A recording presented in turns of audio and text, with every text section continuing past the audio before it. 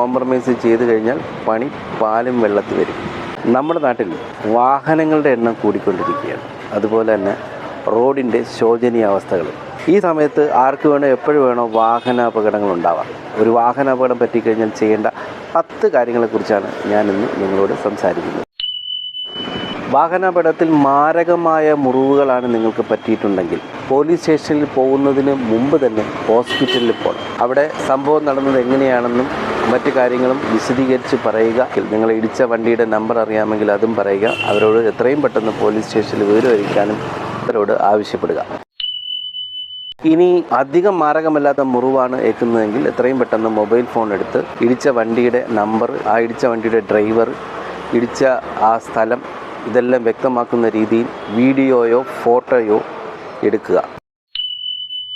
ഇങ്ങനെ വീഡിയോയും ഫോട്ടോ എടുത്തു കഴിഞ്ഞാൽ അപകടം നടന്ന സ്ഥലത്ത് നിന്ന് മറ്റു വാഹനങ്ങൾക്ക് തടസ്സമുണ്ടാക്കാത്ത രീതിയിൽ മാറ്റിയിടുക. എത്രയും പെട്ടെന്ന് പോലീസ് സ്റ്റേഷനിൽ പരാതി കൊടുക്കുക.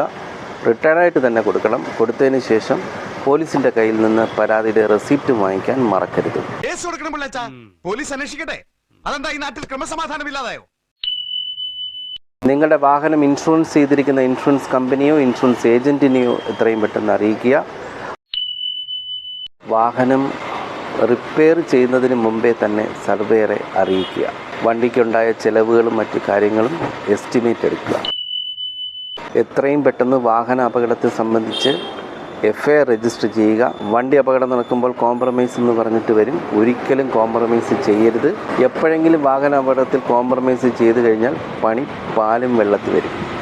എന്തിനാ വണ്ടി പാലൊഴിച്ചല്ലോ ഓടുന്നത്, പെട്രോളും ഡീസലും കൊണ്ടല്ലേ. ഇടയിൽ പണി വരും, അത്രേ ഉള്ളൂ.